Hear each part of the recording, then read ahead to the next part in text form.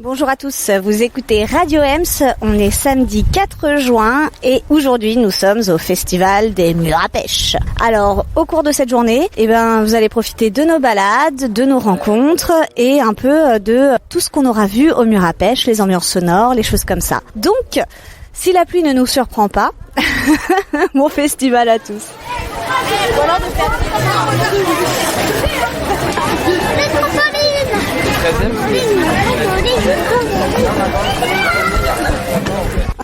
Donc je suis Vincent Léon et je vais vous commenter un peu la visite des jardins des murs à pêche côté ouest. Parce qu'on est le week-end du Festival des murs à pêche qui est la 20e édition cette année, après 2 ans d'arrêt, 2020-2021, qui est un grand festival qui a été créé donc il y a 20 ans, en 2001.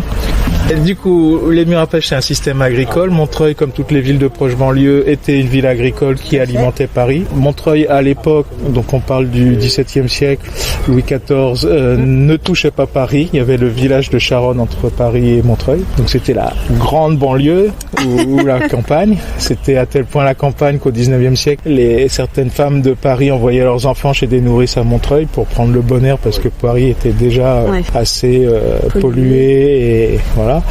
Donc agricole, et chaque ville a pris un fruit ou un légume emblématique. Donc Montreuil-Bagnolet a pris la pêche, Argenteuil l'asperge, le poireau de Gennevilliers, Rosny les choux, enfin voilà, la belle de Fontenay, ça c'était plus tard, la pomme de terre c'est à Fontenay-sous-Bois. Mais ils faisaient la polyculture, tout fruits et légumes pour alimenter.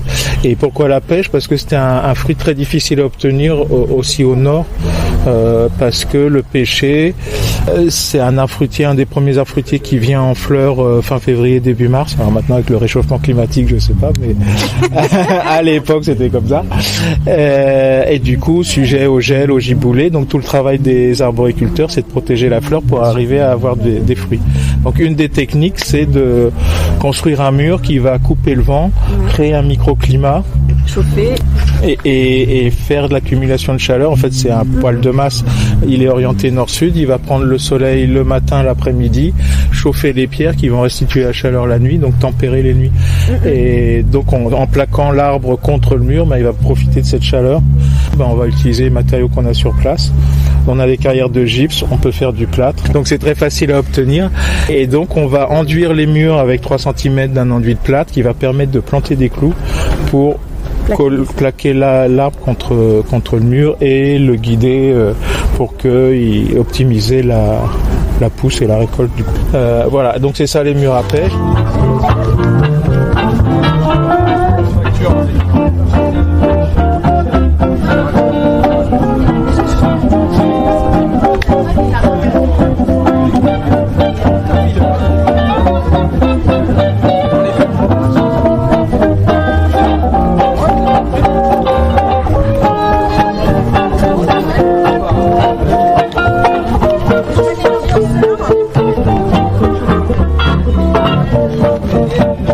L'apogée fin du 19e siècle, donc on a tout ce système de jardin occupe les 2 tiers de la ville de Montreuil. Ah ouais, donc Montreuil est très grand, oui quand même. 600 hectares sur les 900 parce que la ville de Montreuil est très étendue, 900 hectares. Mais aussi parce que ça marche, il n'y a pas à Bagnolet, à Romainville, à Rosny, à Fontenay, qui ont aussi des carrières et qui ont donc aussi des murs.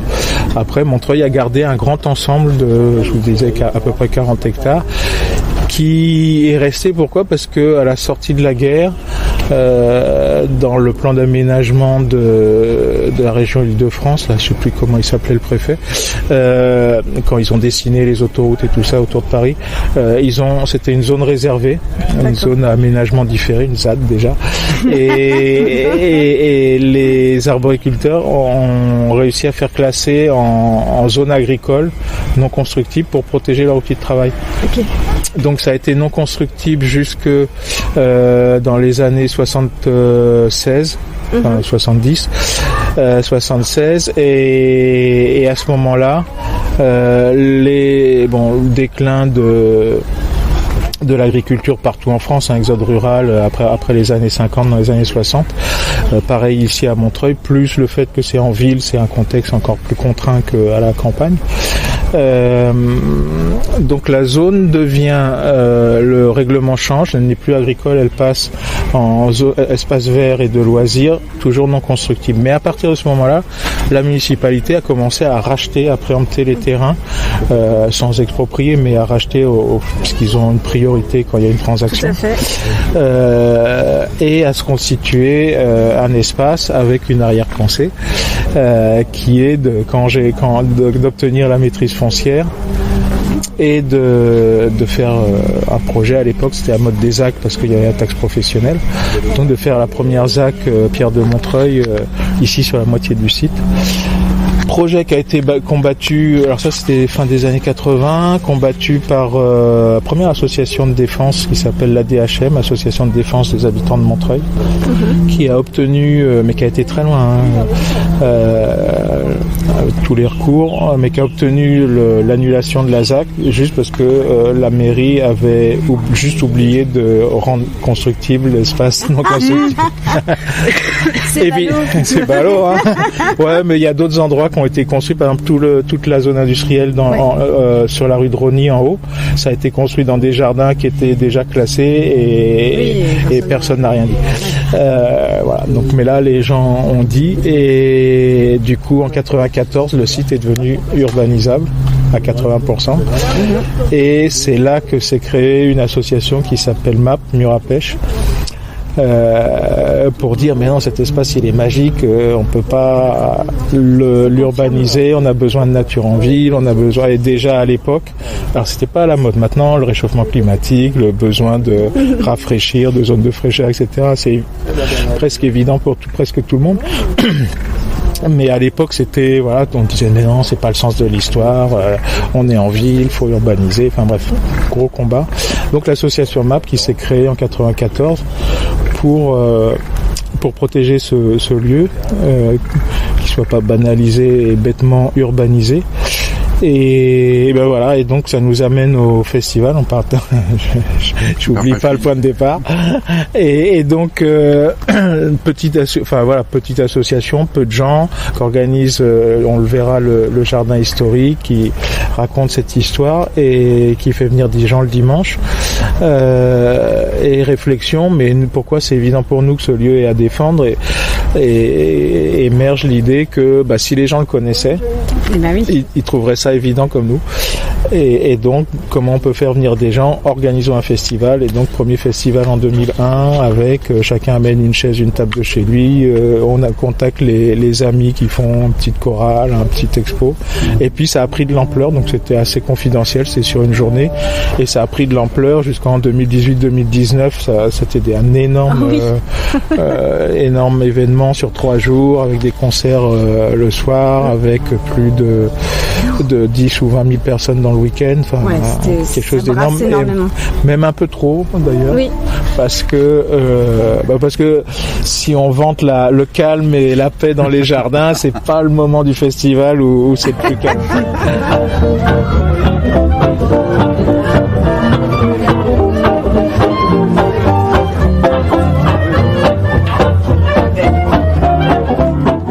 Après toutes ces histoires-là, en parallèle, les associations lancent en 2000 une instance de classement en ayant accès à la ministre de l'Environnement de l'époque. Donc c'était le gouvernement Jospin, et la ministre à l'époque de l'Environnement, c'était Dominique Voynet, qui lance une instance de classement. Donc en 2000, un inspecteur des sites analyse et rend son rapport, et finalement c'est 8 hectares, 8,5 qui sont classés au titre des sites et paysages, et qui arrive juste, donc ça c'est décembre 2003, qui bloque un projet Corajou, parce que la mairie, après avoir perdu son premier projet de ZAC qui prenait la moitié, lance un grand projet sur l'ensemble du site, les 40 hectares, 38-40, et fait appel à un grand paysagiste Monsieur Corajou. Bon, voilà, il met tous les éléments de son côté pour qu'on reproche pas. Corajou, il fait des magnifiques choses, aménagements paysagers dans la campagne autour de Lyon, entre autres. Mais voilà, et ici, la contrainte de la ville, c'était vous faites un projet pour installer des pavillons, mais pas que, des petits immeubles de bureaux, etc. Oui. Et donc le classement enlève 8 hectares. Du coup, Corajou dit bah non, mais c'est pas mon projet. On peut pas faire mon projet si on enlève 8 hectares. Tant mieux. Et du coup, pouf, le classement du site commence à changer un peu la vision. Et les associations en amont avaient poussé la ville via une instance qui s'appelait le CLE, le Conseil local de l'environnement.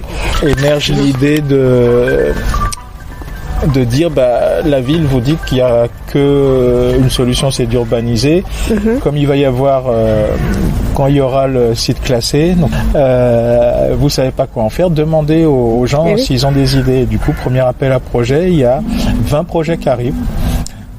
Et on en retient 10, et donc c'est les 10 premières associations qui s'installent.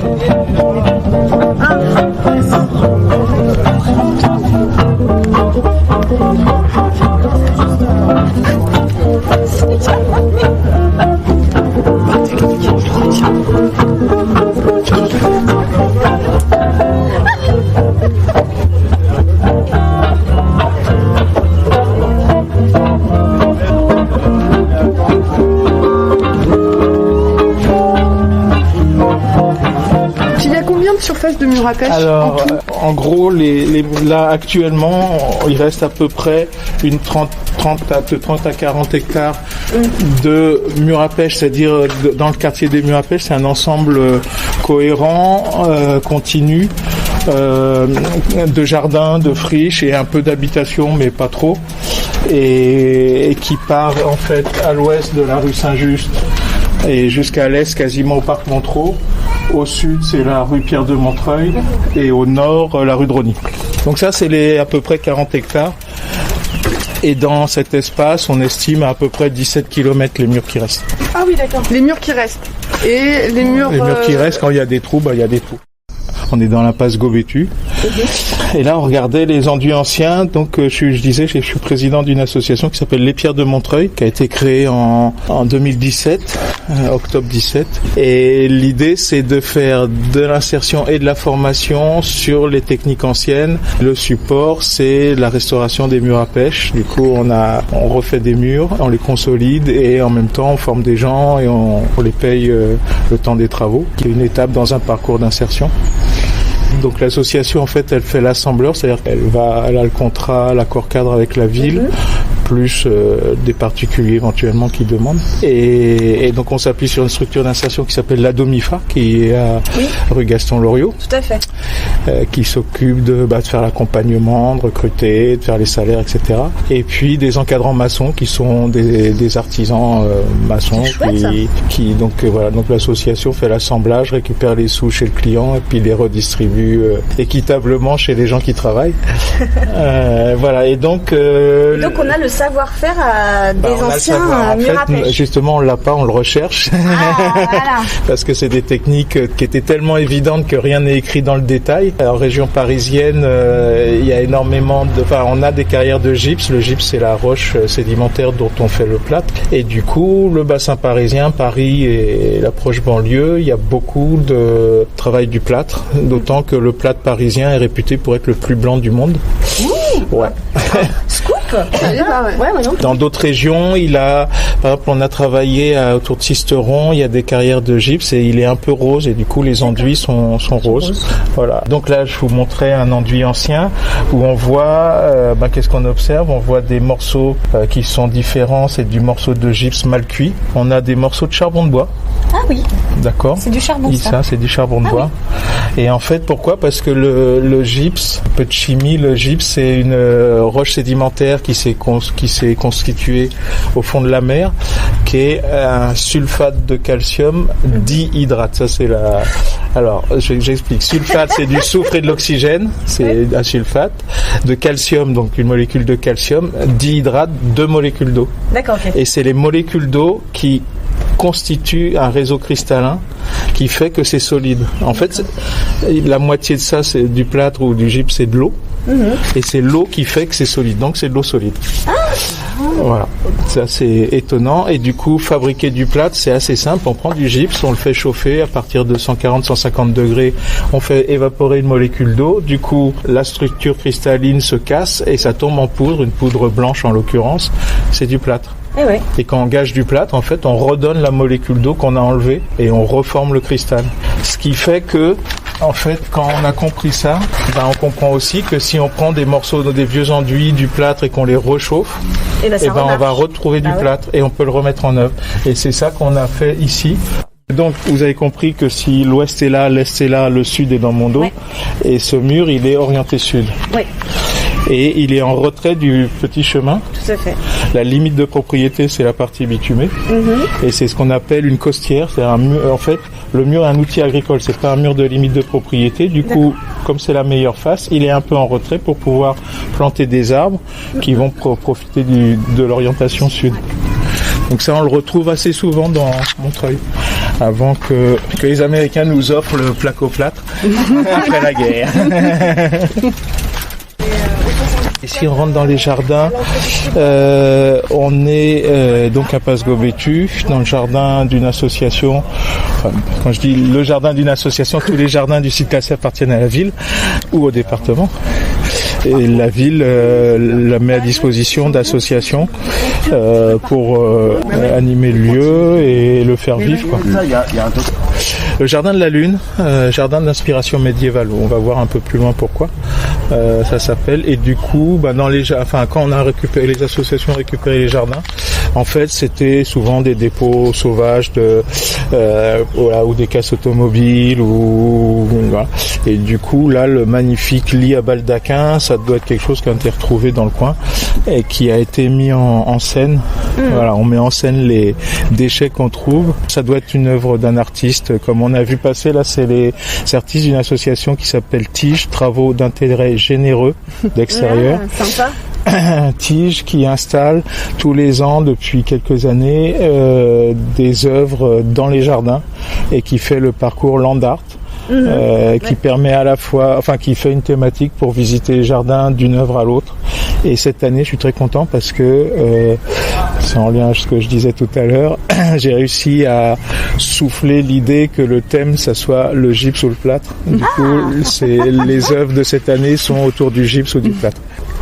Donc voilà, ça c'est le gypse. En fait, si quelqu'un... C'est joli, hein? Bah oui, c'est très beau. Alors il est pas transparent. Et puis c'est une forme de cristal en flèche, alors plus ou moins grande. Il y en a des très grandes et puis là il y a des petites, mais voilà. Qui vu de dessus, alors là c'est du gypse aussi, mais sous forme, on appelle saccharoïde, c'est en forme de sucre. Enfin, voilà, il y a différentes formes. J'ai d'autres échantillons. Alors dans les visites, il y a une amélioration. C'est-à-dire quand je disais est-ce que quelqu'un a un briquet, avant tout le monde avait un briquet et maintenant c'est de plus en plus rare pour faire une expérience de chimie appliquée. J'ai un briquet. Voilà, écoute, on va faire un bout de chimie. Regarde. Vas-y. Tu vois, vous voyez il n'y a pas de truc. J'ai rien dans les mains, rien dans les poches. Voilà. Et quand on va le chauffer. C'est frites. Il goûte. Il est devenu blanc. Ah oui. On a fait évaporer la molécule d'eau et ça c'est du plâtre en fait. Ah oui, la vache. Voilà. Incroyable. Oui, ce qui ressemblait un peu à de l'ambre ou ouais, ce qui était cristallin, cristallin marron. Ouais, c'est devenu du plâtre. Et donc si on remet un peu d'eau, ça va refaire du plâtre. Voilà, vous avez fait du plâtre. Merci pour. Ouais. 19e siècle, on a retrouvé des factures et une pêche, un fruit, était vendu l'équivalent d'une demi-journée d'un ouvrier agricole. Oh la vache. Ça veut dire, si on prend un SMIC à 10 €, c'était 40 € le fruit. Voilà. Ils étaient vendus à qui en fait? Aux gens qui avaient les moyens. Non, pas que le roi. Le roi Louis XIV, il avait ses pêches dans son jardin au potager du roi à Versailles. Potager du roi où ils ont, pour le parti verger, ils sont venus chercher un Nicolas Pépin, un arboriculteur de Montreuil, qui était donc spécialisé. Enfin, Montreuil avait la réputation des spécialistes des arbres fruitiers. Donc voilà, j'étais pas, donc je vous répète ce qu'on m'a dit. C'était donc un Montreuillois qui a planté et quand vous visitez le potager du roi à Versailles, ce que je vous invite à faire, il y a des murs beaucoup plus hauts, mais enfin voilà, ils ont repris la technique du mur et ils ont palissé, il y a des arbres palissés dessus. Et voilà, et le responsable des jardins aimerait bien que l'association Épier de Montreuil aille travailler chez eux sur les murs, mais ça fait un peu loin pour nous.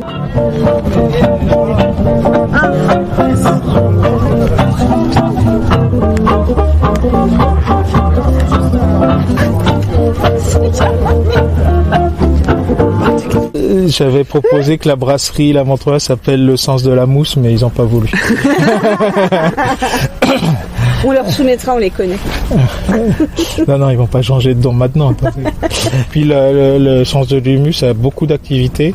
Entre autres, elle installe des compostières collectives de quartier ou collectives ou dans les écoles, dans tout Est Ensemble pour le coup. Ils font aussi des formations en permaculture. Ils entretiennent le jardin de Geneviève Pouplier qui était la dernière horticultrice en activité rue Saint-Antoine. Le jardin est ouvert. Je ne sais pas si on aura le temps d'aller ici vivre les murs. Donc là, c'est une vigne qui est plantée et qui a tout un réseau de producteurs, enfin de gens qui ont planté du raisin. Donc ici, il y en a à la société d'horticulture. Et on a un viticulteur maintenant à Montreuil, rue Danton. Un gars qui a carrément profité du confinement pour installer un chai, un fermenteur et qui fait venir du raisin de Bourgogne et des bords de Loire, qui fait un rouge, un blanc, un pétillant qui sont très bons. Oh, rue Danton, tu dis, ça m'intéresse. Danton, voilà. Ça s'appelle Michto Vino. Ah, bah oui. Et on est à Montreuil. Hein. Bah oui. Et voilà, c'est ça. Voilà, il commence à faire un vin de qualité. Il a des très bons conseillers, des vignerons réputés qui font. Super. Jardin Patrick Fontaine. Voilà. Alors là, du coup, on n'est plus dans une association. D'accord. En fait, Patrick, c'est un jardinier qui loue un jardin comme les jardins ouvriers où ça n'existe plus les ouvriers. Du coup, maintenant, ça s'appelle un jardin familial. Les jardins familiaux, mais c'est pareil, c'est les jardins ouvriers. Voilà, il loue un jardin, mais il fait un travail magnifique. Et on va l'interrompre. Magnifique. Et il ouvre son jardin. Enfin, il ouvre comme avec les associations. Magnifique aussi de rien. Je me posais la question sur la haute. Vu qu'il a mis en sachet les petites pommes pour pas les fruits. D'ailleurs, je sais pas ce que c'est. Pour pas qu'ils soient mangés par les bêtes. Bah ouais, c'est trop mignon. T'as jamais vu ça? Enfin si, mais je trouve les sachets particulièrement beaux. Un sens esthétique. Alors Patrick, c'est un passionné d'arboriculture et sa passion, c'est les formes palissées. Donc là, il y a, alors, je sais plus, il faudrait leur demander une quarantaine d'arbres fruitiers, je sais plus combien de formes palissées. Donc là, c'est une vigne. Donc là, on a un mur ancien, un mur qui a été refait. Et là, voilà, il a ces différentes formes. On va voir ici. Alors c'est vraiment un travail où il faut se projeter dans le temps. Voilà, ça, il a fait sa forme. D'accord. Et donc il commence à conduire, c'est un poirier, le long de cette forme. Donc voilà, toi une étoile, un losange, un rond. Donc ça sera dans 3-4 ans qu'on aura la forme jusqu'en haut. Bien sûr. Donc faut vraiment, c'est un travail de tous les instants.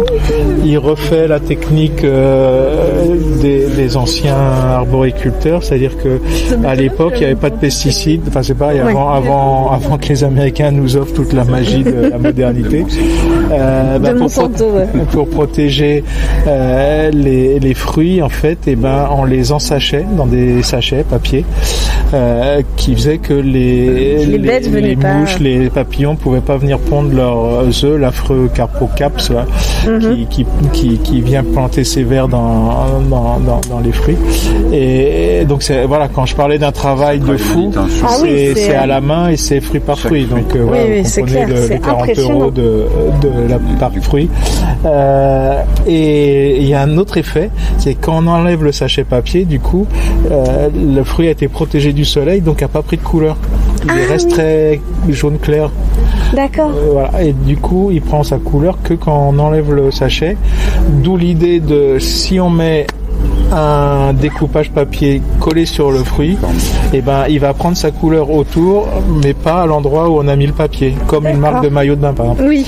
Voilà. Et du coup, ça fait un fruit marqué. Et c'est comme ça qu'on faisait sur les pêches aussi. On faisait sur les pêches et même poire pomme, pomme plutôt que poire, et qui donnait encore plus de valeur. Et on pouvait mettre les armoiries du roi à qui on allait l'offrir, ou de la reine d'Angleterre ou autre. On touche avec les yeux. On touche avec les yeux, s'il te plaît. Attends, il y a des années de travail, t'imagines? Là, ça fait au moins 5 ans qu'il est en train de faire sa forme, et pof, tu lui pètes une branche. En tout cas, après, ça se greffe, ça se regreffe, mais bon, c'est pas le but du jet. Donc là, il y avait les arbres les plus fragiles contre le mur, et puis le contre-espalier, c'est-à-dire 1,50 m, un autre rang d'arbres moins fragiles, pommiers, poiriers. Voilà. Mais là, il y a un travail, il vous montrera, Patrick, les photos de... Super. Les photos de quand il a récupéré le terrain, c'était quasi une décharge. Il y a un travail énorme ici. Et il y a des poules. Et là, il y a des poules, Jolie cocotte, hein. Et Patrick, tu l'as peut-être déjà dit, mais il s'inspire ou il recrée lui-même les deux. Les deux, il y a des formes.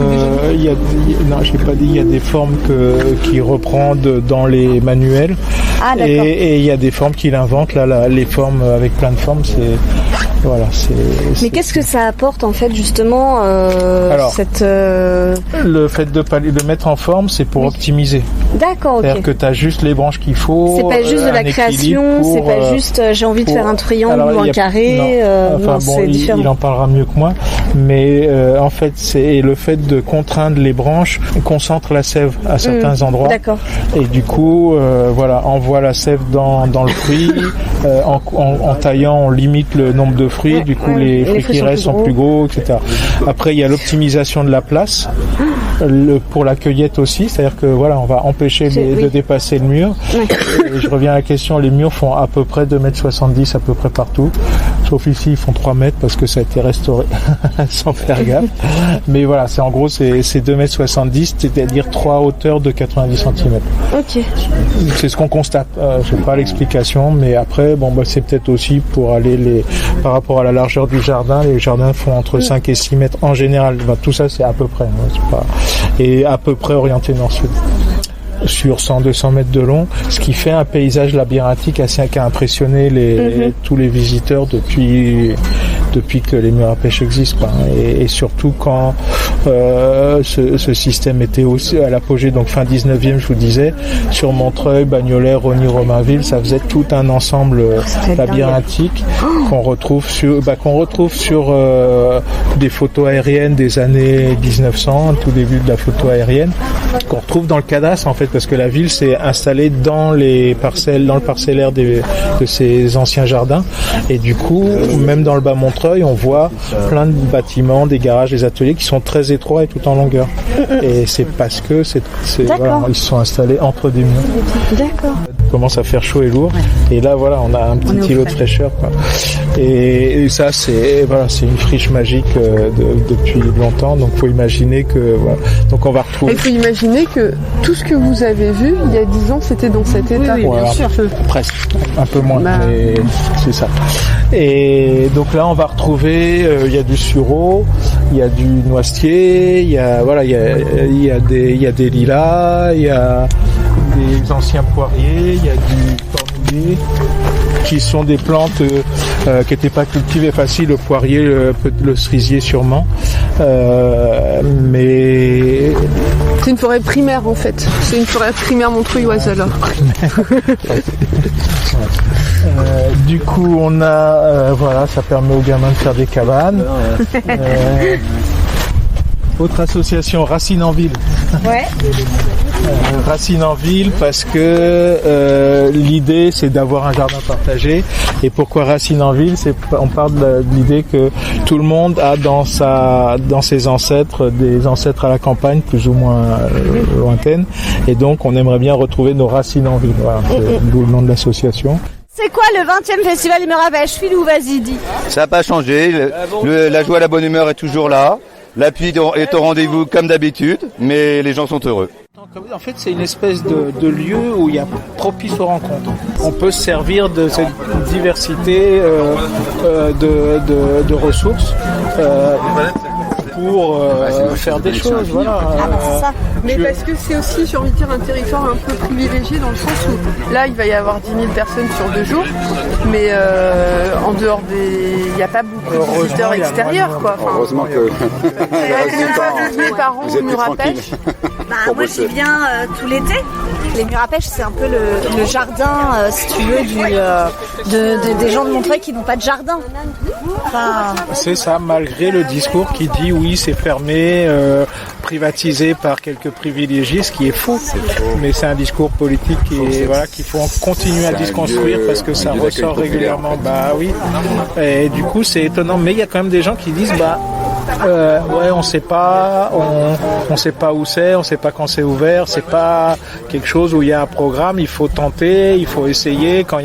Je leur dis dans les visites, si vous passez que c'est fermé mais que vous voyez un jardinier, vous lui demandez, il va vous ouvrir la porte, c'est sûr. Donc faut être un peu curieux, un peu volontaire. C'est pas quelque chose où il y a quand même des visites régulières. Il y a tous les dimanches après-midi, c'est ouvert du côté Gobettu. Sur les jardins qu'on a vus au début. Ça, c'est depuis le début du combat, dans les années 95. L'association Murs à Pêche avait une permanence tous les dimanches matins. Sur le modèle d'un jardin de Bagnolet, qui est rue du Grain d'Orge. Alors, Bagnolet, les pauvres, ils ont la même histoire que Montreuil, la même renommée. Ils revendiquent aussi l'invention des murs à pêche. Donc voilà. Mais eux, ils ont construit tout, ils ont laissé les municipalités tout urbaniser. Il n'y a plus qu'un jardin, il n'y a quasiment plus un espace vert dans Bagnolet. Mais moi, je me demande, est-ce qu'aujourd'hui, les murs à pêche, ils sont en danger ou ils sont sécurisés?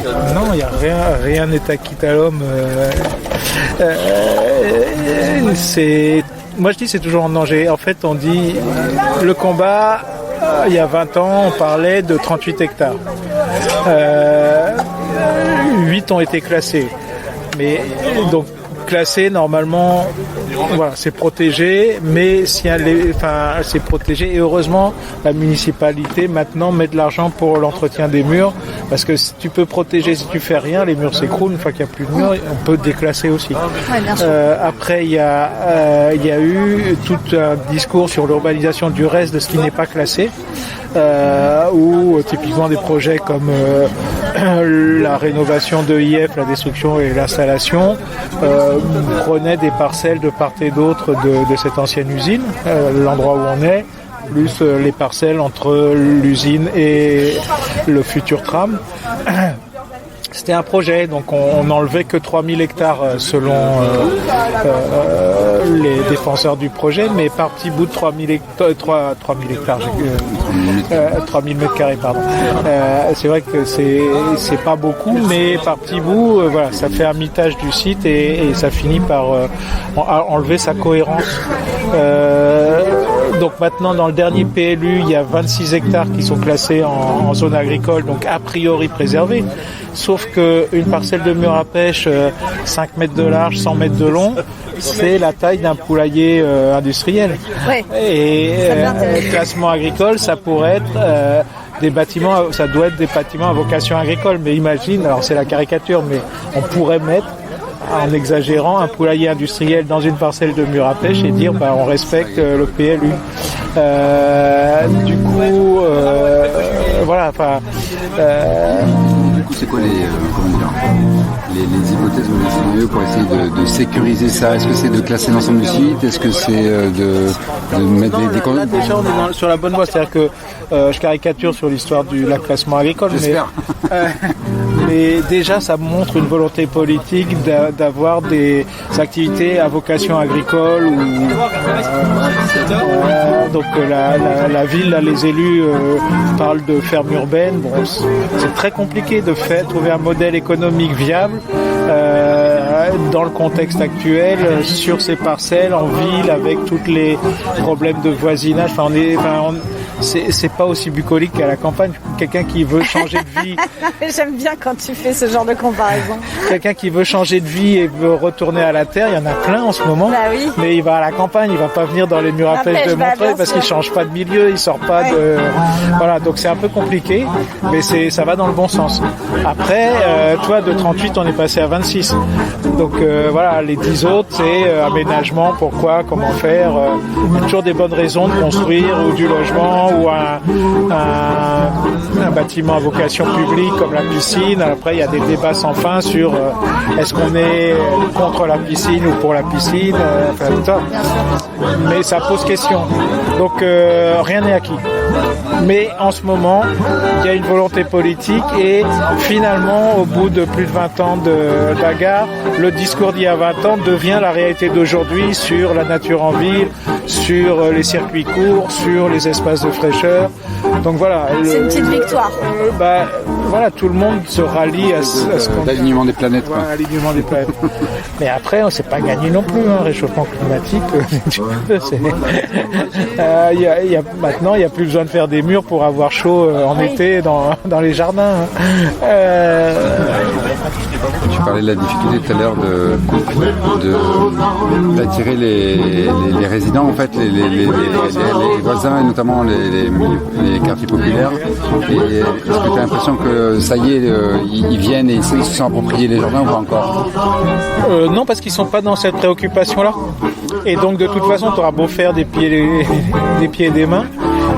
Il y a déjà des associations, ça fait, je te dis, la Girandole et les Arts dans les murs les plus emblématiques qui font vraiment ce travail d'attirer du public, de proximité au quotidien pour les spectacles côté Girandole, Aide aux devoirs pour les lézards.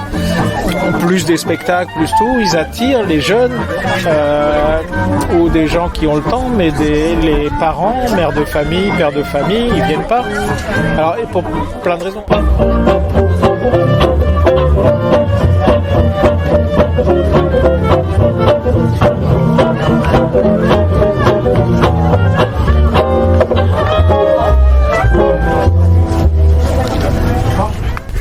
Donc je suis actuellement sur le Festival des Murs à Pêche. Je viens de rencontrer Marie des électrons solaires. Et du coup, Marie, est-ce que tu peux nous en dire un peu plus sur cette association ? Alors en fait on est une association puis constituée après en coopérative, donc on est producteur d'énergie renouvelable sur Est Ensemble. Donc on est ici aujourd'hui à Montreuil qui se situe sur le territoire d'Est Ensemble pour présenter notre projet aux citoyens montreuillois et puis aux élus. On produit en fait de l'électricité solaire en autofinançant les panneaux. C'est intéressant. Et comment ça marche alors du coup, parce que ça s'autofinance, c'est-à-dire que l'énergie est transformée, vous la réinvestissez, explique-moi. En fait, ce que je veux dire par là, c'est que c'est un financement coopératif, donc c'est l'association à la fois de l'épargne citoyenne et de subventions publiques, surtout de la région Île-de-France, ainsi que les villes qui sont aussi sociétaires du projet. Donc c'est un financement mixte de toutes les bonnes volontés qui veulent rejoindre le projet pour financer des futures installations solaires, puisque le coût au départ, il y a un coût d'investissement initial et après ça se rentabilise sur 20-30 ans une fois que l'installation fonctionne et produit l'électricité. Et ce serait pour les mettre où ces panneaux, principalement ?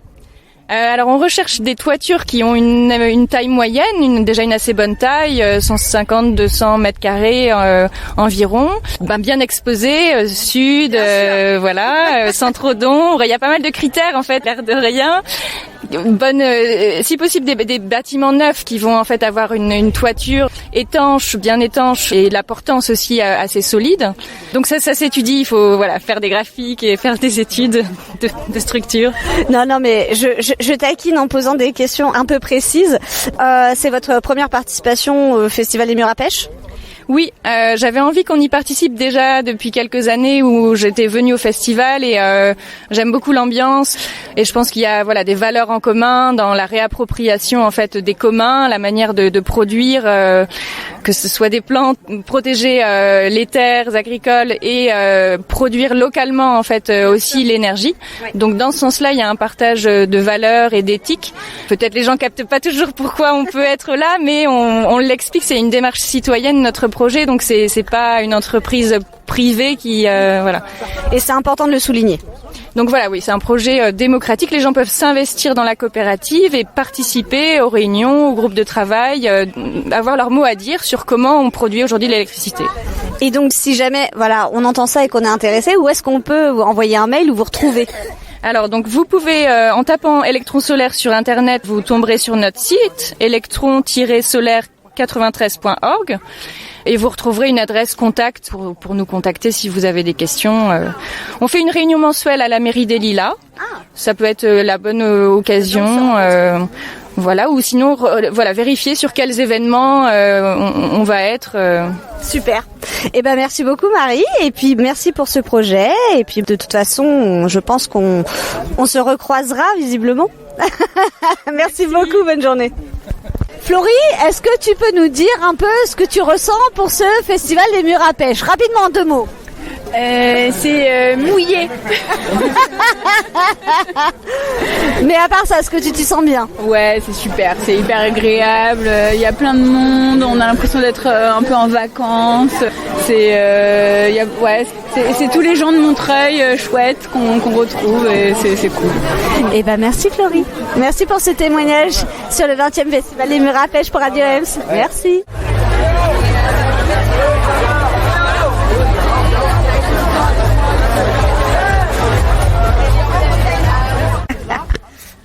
Donc je suis en compagnie d'Edwin de IF. Donc Edwin, est-ce que tu peux me dire un petit peu, tu peux rappeler aux auditeurs ce que c'est que le IF ? Alors le IF, c'était un ancien site industriel du Haut-Montreuil qui existe depuis très très longtemps, depuis la fin du 19e siècle. Il s'appelle EIF, c'est le nom de la dernière entreprise qui était là-bas, qui a fermé, qui s'appelait Essuyage d'Île-de-France, si je me trompe pas.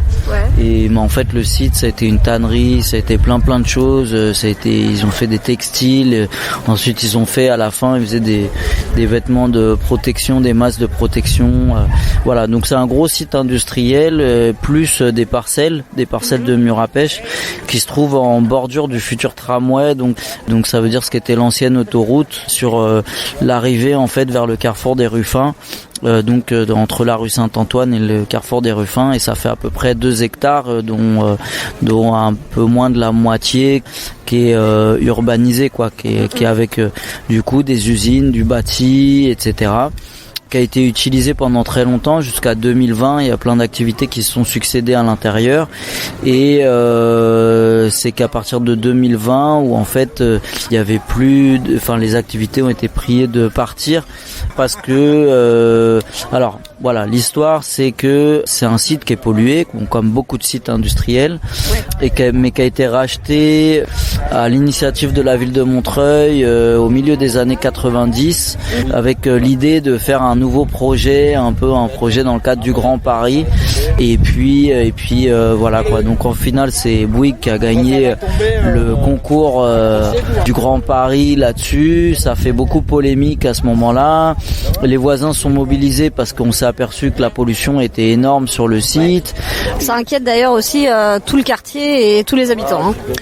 Du coup en fait il y a qui est propre un peu, on va dire, à tous les sites industriels un peu qu'il y a à Montreuil, aussi dans le bas Montreuil, aussi autour de Lannou, etc. En fait, on est comme on a un vieux passé industriel à Montreuil, en fait, on s'aperçoit. En fait, ce qui se passe, c'est que tous les sites industriels, ils ont jamais eu de contrôle environnemental, et les contrôles environnementaux, ils les font maintenant parce que il y a des promoteurs immobiliers qui veulent en faire du logement. Voilà. Et donc, comme ils veulent en faire du logement, ils sont obligés de faire ces études environnementales, et c'est maintenant qu'on s'aperçoit, c'est maintenant qu'on s'aperçoit en fait ce qu'on a vécu depuis des dizaines et des dizaines d'années. Tout le monde savait, par exemple, qu'il y avait de la pollution sur les murs à pêche, c'est pour ça que c'était pas cultivé, mais sauf que les études n'étaient pas faites. Et en fait, il y a que au moment où il y a un promoteur immobilier qui arrive qu'on commence à faire les études, qu'on s'aperçoit que du coup il y a une pollution, que là on se dit il faut traiter une pollution. Mais nous, la question qu'on pose, c'est la première, c'est la pollution. Est-ce qu'on s'en soucie parce qu'il y a les promoteurs immobiliers, ou est-ce qu'on s'en soucie pour les habitants, pour l'environnement? Et oui, c'est pas la même chose. Et le deuxième aussi, c'est est-ce que les gens, ça veut dire la dépollution, elle va être payée par le public pour les promoteurs privés, ou est-ce que cette dépollution, ça veut dire la pollution, la contamination, elle a été subie par les gens, la dépollution, c'est les contribuables, etc. qui la payent. Nous, ce qu'on dit, c'est que ce site, en fait, qui fait partie du patrimoine de Montreuil, il a toute sa place pour les habitantes et les habitants de Montreuil. Alors c'est vrai qu'on l'a investi. Parce qu'il y avait un certain nombre de gens qui trouvaient que il fallait pas laisser cette parcelle à l'abandon et laisser faire, etc. Donc en 2020, directement ça a été occupé, mais l'idée c'est vraiment qu'il y ait donc il y a plein de collectifs qui l'ont investi, et ça a été ouvert à une construction. C'est pas du tout, par exemple, le IF aujourd'hui, ce que c'était. Il y a plein d'activités qui sont rajoutées, plein d'autres choses, etc. Mais nous, ce qu'on dit surtout, c'est ok, d'accord, il faut décontaminer le site, mais il faut que ce que ça devienne, ça soit défini en fait, pas par des instances extérieures, mais il faut que ça soit défini par les gens du quartier, la fédération des murs à pêche, plein de gens, qui est une concertation en fait pour pouvoir définir ça, parce qu'il y a des gros besoins. On sait qu'il y a des gros besoins sur les quartiers, dans des Ruffins, que du Bel Air. On sait que la fédération des murs à pêche, il n'y a pas de construit, il n'y a pas de bâti, donc ça permettrait de faire des activités. Il y a beaucoup d'espoir, beaucoup d'attentes. Bouygues faisait un projet, il l'appelait Espace Imaginaire Fertile. En fait, on pense qu'on n'a pas besoin de promoteurs immobiliers pour faire c'est ça. On l'a nous-mêmes, et du coup, on invite vraiment toutes les personnes à s'emparer de là-dessus et à en faire notre projet aux gens, quoi. Et puis personne. C'est un commun, quoi. C'est un patrimoine commun de tout le monde, quoi. Actuellement, vous en êtes où au niveau de ce combat? Parce qu'il me semblait qu'il y avait eu quand même, vu que le site entre guillemets est habité, mais squatté, du coup, investi. C'est pas que du squattage, c'est de la vie, on est bien d'accord là-dessus. Du coup, il me semblait que les dernières infos, tu me corrigeras si elles sont mauvaises ou pas, c'est qu'il y avait eu un arrêté d'expulsion ou quelque chose comme ça, que vous deviez quitter les lieux, je sais plus trop quoi. Donc, vous en êtes où exactement? Resitue-moi les choses. Alors, où on en est, alors c'est très particulier parce que ce qui se passe, c'est que la procédure qui a été enclenchée, elle a été enclenchée à un tribunal qui est pas le tribunal d'expulsion d'habitants par rapport à des problèmes locatifs.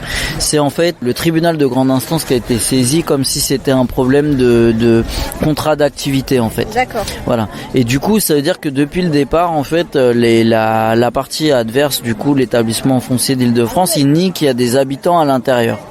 Et donc, c'est vrai qu'on vit à l'intérieur. Donc nous, le problème, l'un des gros problèmes qu'on a avec cette procédure juridique, c'est que au lieu de permettre d'ouvrir c'est très très petit, le droit au logement que ça ouvre, il est très faible. Mais c'est vrai qu'on est beaucoup de personnes où on n'a pas. Moi par exemple, j'étais expulsé d'ailleurs. D'autres personnes, elles ont pas de solution de repli, et c'est aussi comme ça que de fil en aiguille on s'est retrouvé là. On aimerait quand même pouvoir avoir cette prise en compte de cette problématique là. Le problème, c'est qu'on avait fait en appel, ça n'avait pas marché. Du coup, on avait le juge de l'exécution du coup qui dit que lui il peut rien faire parce que il n'a pas les compétences pour. Donc parce qu'on avait produit un témoignage d'huissier prouvant qu'en fait on habitait sur place, quoi. Mais là en fait il faudrait qu'on aille que ça soit la cassation en fait qui résolve le problème. Alors après ça c'est la question juridique, on va dire, où du coup on est en attente de de la cassation, mais on peut être expulsé à n'importe quel moment. Ça veut dire même avant en fait qu'il y ait vraiment ce problème de fond juridique qui soit réglé. D'accord. Mais après sur le fond, bon, nous on n'est pas, on s'oppose pas à ce que le site soit décontaminé. On pense que c'est normal que ce site il soit décontaminé. Ce qu'on pense par contre, c'est que il faut que cette contamination. Alors déjà, il faudrait qu'on sache avoir un peu l'assurance que le projet qui va ensuite, ça soit pas un projet de revendre la parcelle à des promoteurs privés, parce que alors ça c'est, pour l'instant on n'a rien n'a été communiqué là-dessus, alors qu'il y a des équipes de concertation, il y a rien qui a été communiqué là-dessus. Donc ça c'est le premier doute qu'il y a.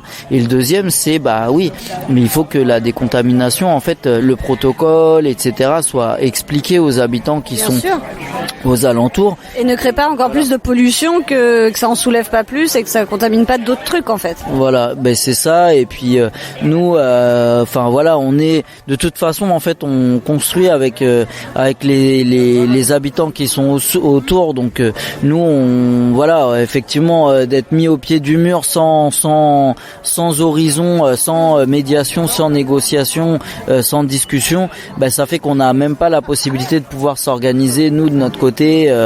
Mais effectivement nous on a envie de construire avec les habitantes, avec les habitants, et de voir pour des solutions de notre côté, de la manière la plus intelligente qui soit, de faire progresser ce site-là, de faire progresser les intérêts de tout le monde, quoi. Bien sûr. Et puis de toute façon, je veux dire, depuis 2 ans, ce qui est devenu le IF, ça fait partie maintenant du paysage montreuillois. C'est complètement ancré en fait dans la culture de Montreuil, et il n'y a pas de raison qu'il y ait autre chose en fait. Je crois que personne n'a envie qu'il y ait autre chose qui s'installe à cet endroit-là, à part vous. À part vos projets. C'est bien d'avoir le point de vue extérieur. Non, mais c'est difficile de se rendre compte quand on y vit à l'intérieur. On sait jamais comment c'est envisagé, comment les gens ils le voient. Nous, ce qu'on essaye, tout le monde, on voit aussi les manques, ce qu'on aimerait faire mieux ou plus, ou par exemple, mais il y a toutes les personnes qui sont autour aussi. Il y a des projets là-bas, il y a que de l'art là-bas en fait. C'est ça en fait, il faut qu'ils viennent voir à quel point c'est magnifique. Non, et puis c'est surtout il y a une des choses qui est importante.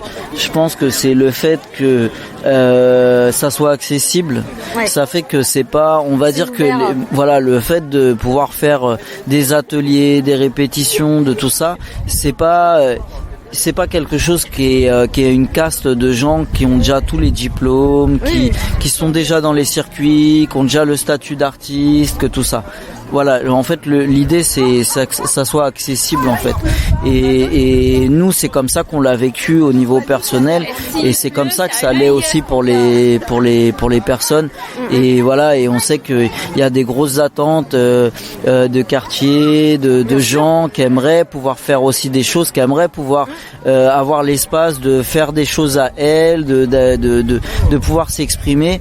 Et tout ça, tout ce désir là, nous on pense que c'est ça qu'il faut pouvoir libérer. Les gens, ils ont pas assez d'espace pour pouvoir s'exprimer, pour pouvoir faire ce qu'ils ont envie. On est cadenassé dans des espaces où et il y a des milliers d'habitants dans ce quartier-là. Il y a vraiment besoin de ces espaces-là pour se libérer, quoi. Complètement. Et merci beaucoup. Et puis qu'est-ce qu'on peut vous souhaiter? Du courage. Et de toute façon, je pense qu'on aura.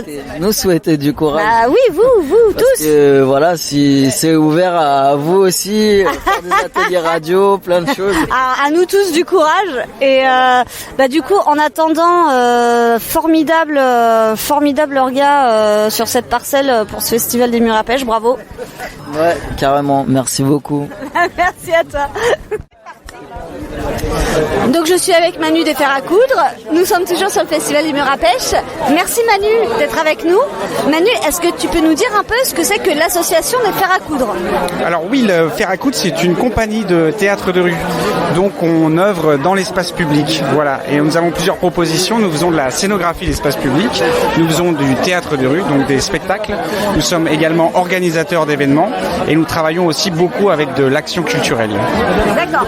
Parce que moi, je suis venue vous voir parce que j'ai adoré le stand que vous proposez, parce que c'est extrêmement chiadé. Enfin, il y a tout un univers, il y a un truc incroyable à voir, il y a des machineries, enfin, il y a des choses vraiment, mais qui forcent l'imagination.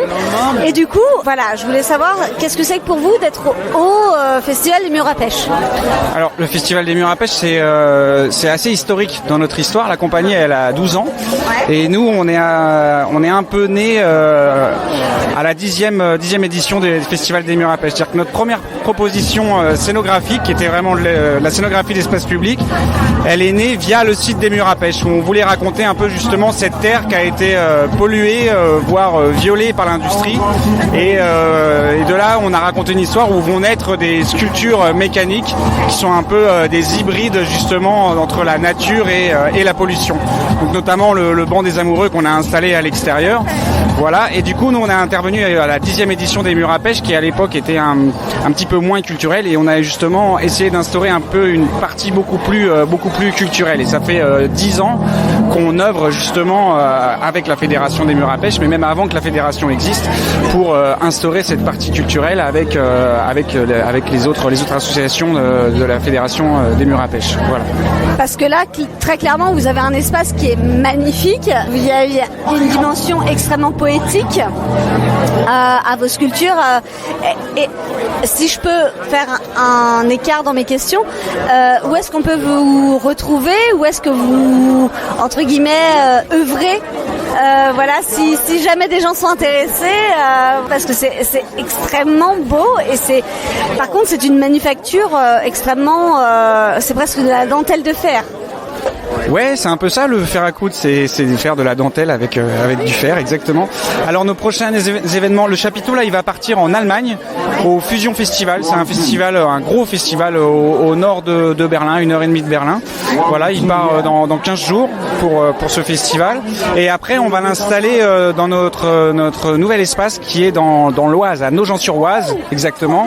Ouais, on va l'installer pour tout l'hiver. Donc je pense qu'on va l'installer fin de l'été, et il y sera jusqu'en avril-mai 2023 à peu près. Ok.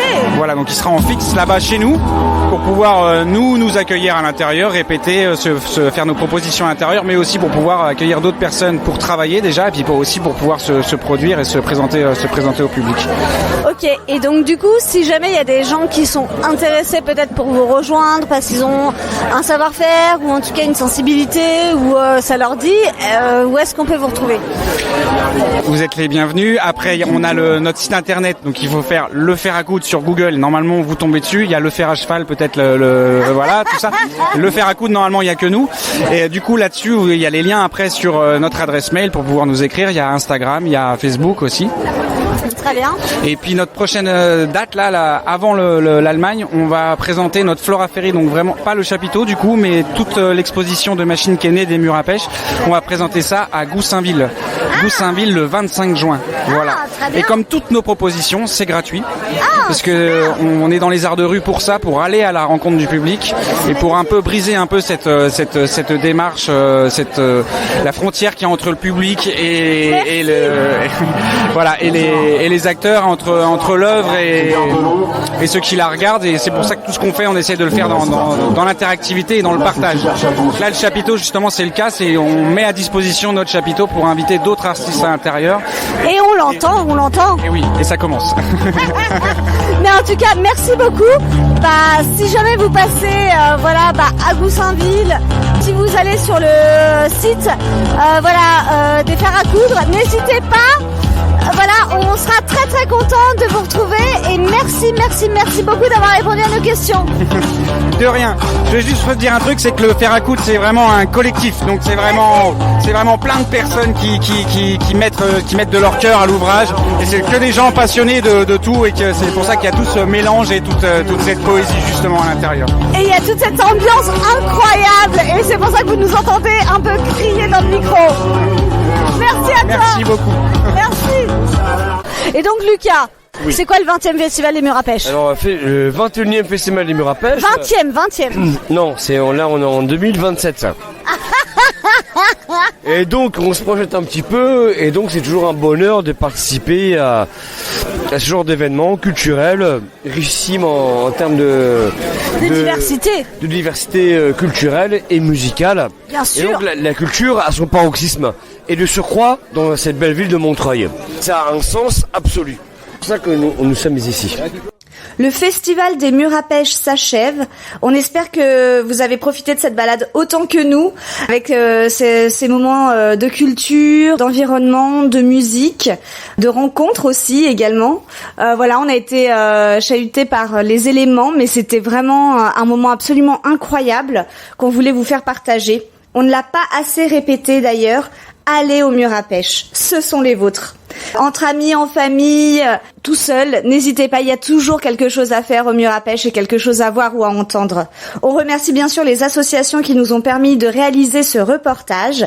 Les associations Pierre de Montreuil et Vincent Léon qui nous a fait cette formidable balade. Les électrons solaires, le fer à coudre, le IF et tous les autres qui sont cités. On remercie également les amis qui nous ont accompagnés tout au long de ce festival et les reporters bien sûr de Radio Ems, Caroline, Jérôme qui se sont prêtés à cet exercice avec moi. Donc comme on le dit mieux que moi, des gros bisous et à très bientôt sur Radio Ems.